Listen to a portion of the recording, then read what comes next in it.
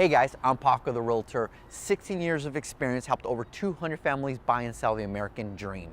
I'm a local expert, I'm a professional, and I take care of my clients. I pride myself in educating my clients, and I'm also really sarcastic and a storyteller. So why don't you guys get to know me? Hey guys, this is Paco the Realtor, broker owner, local expert, storyteller, and today is Ask Paco Sunday. And today I'm actually going to talk about something that was asked earlier this week that really had nothing to do with, it had to do with real estate, but not really have to do with real estate. And I can hear my daughter playing the piano downstairs. So let's talk about that real quick, all right? The question was, am I scared to fail? And the reason this came up was because I have a few things I do, you know, the real estate, property management, the consulting side of it. So there's quite a few things I do. And I'm starting to branch out a lot more now. And one of my clients says, aren't you scared to fail? And it got me thinking about the mentality of things that we do and how we approach things. So let me tell you real quick what I think. The reason I'm successful is because I embrace failure, not run from it. The reason I'm successful is because I failed more times than I can count. The reason I have failed is because I have learned to make failure part of my educational tool.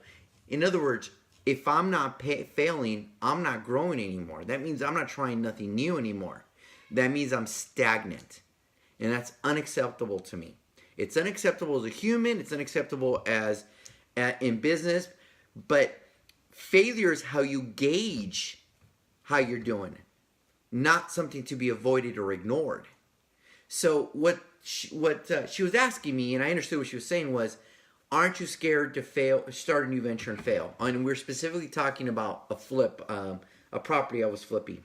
And I said, I haven't failed on a flip, and knock on wood, in 8 years, but with the market crash, absolutely. In 08, 09, the inventory I was holding, you could have counted that as a fail. It was a loss, so that's a failure. Then yes, I failed. But that was what dictated how I learned to invest in the future. So when we're trying to teach your kids, when we're trying to teach yourselves to grow, you got to ask yourself, are you avoiding failure or are you striving to grow? There's a reason why I'm in a lot of things. There's a reason why I help out in my daughter's school with multiple sports and projects. There's a reason why I sit on a lot of nonprofits. There's a reason why I'm all of a sudden taking the guitar lesson and private lessons on that. Because I constantly want to grow. I do not want to be stagnant. So am I going to fail? Hell yes. Am I going to fail a lot? Hell yes, I'm going to fail a lot. But that's the whole point. If you're not failing, you're not succeeding. So you're asking the wrong question. The question you should be asking yourself is, as I said earlier, is, are you avoiding failure or are you learning from failure? I no longer avoid failure. There was a time I did. I no longer avoid it. I just jump, balls in, and whatever happens, happens. Now, when I was younger, I took that to the extreme. Now that I'm older, it's a lot more calculating, meaning I'm not going to invest $1 million in a commercial building without me knowing what my exit strategy is. When I was younger, I would just do it and figure it out later. You know, not that. So that's where the growth has come. But that's what we got to do, is we have to figure out what we want and just go after it and screw failure. Failure is the teacher. Failure is the teacher we're looking for. Failure is the teacher we want. But we try so hard to avoid it. We try so hard to show on social media and to our friends how perfect we are and how we don't make any mistakes. You know what? My business turned around when I became real and vulnerable. If somebody wants to talk about my failures, I'll talk to them like about as much as my successes. As a matter of fact, I embrace my failures. I used to run from them. I used to be scared of them. I used to be embarrassed of them. Now it's what makes me who I am and what I do and how I do things. But that was a change in mindset, and it wasn't easy, and that's a different conversation for a different day. So my daughter, I have her in multiple things because I want her to fail. I just told her today that she's going to be taking private lessons in singing. She had a heart attack. She was like, I don't want to do it. It sucks. She's scared of failing. I want to push her. I want her to learn when she's young how to fail. That's the point. But we look on social media and everybody's happy and having a good old time and life is great and they're full of shit. There's no freaking way that that's life. Life is a combination of peaks and valleys, and as you get older, you learn not to get too high and not to get too low. You learn to take things in stride, but keep moving forward. Unfortunately, a lot of us stop moving forward. We actually move backwards because we don't want to fail. We're trying to avoid it because how painful the failure was. Because why? We failed to learn from it. I mean, it's really that simple. And you didn't learn the lesson.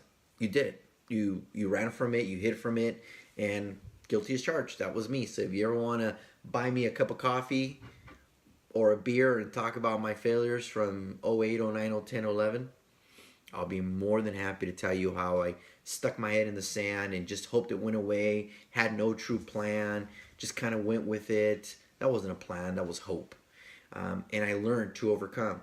So every venture I start, I expect failures in the process. There's no other way to learn, right? Now, as you get experience, you minimize the failures and the liabilities, and that's important. But the only way to learn that is this. That's why, I admire wealthy people who aren't going to leave their millions to their kids, and their kids don't have to work a day in their life. I admire people who say, no, I made it, now I'm going to force you to make it. Because people appreciate it more, the journey, than who had to work hard for it. But we're scared of the journey. As a matter of fact, a lot of us don't want the journey. We just want the rainbow at the end, but nobody wants to go looking for the rainbow. That's not life. That's not the way it works. Unless you win the lottery, and even then, 70%, 60% file bankruptcy. Life is a journey. It's a process. And you decide whether that process is growth, stagnation. You decide whether every day is a day to learn or whether every day is a day to stick your head in alcohol, drugs, or whatever. So, that was a long-winded answer to the question, am I scared to fail? I am a little. I would be human not to be. But I don't avoid it anymore. And I don't ignore it anymore. I pay attention to it. If something's not going right, what am I doing wrong? What did I do? What can I change? What did Edison say? Every time I screwed up, it was one less chance, one less way of me doing it, or one way closer, finding out a closer way to figuring it out. However he said it, I'm just paraphrasing. So that's the same way with me. If I create a process tomorrow and it doesn't work, and with my agents or my team or myself, then I tweak it. I don't run from it. I don't call it a failure. That's part of the journey. The difference between what we call extremely successful people and other people is that the extremely successful people, and for the record, I'm not one of those. I'm striving to be one of those, is they're focused on one or two things to achieve their goal. They don't have 10 goals.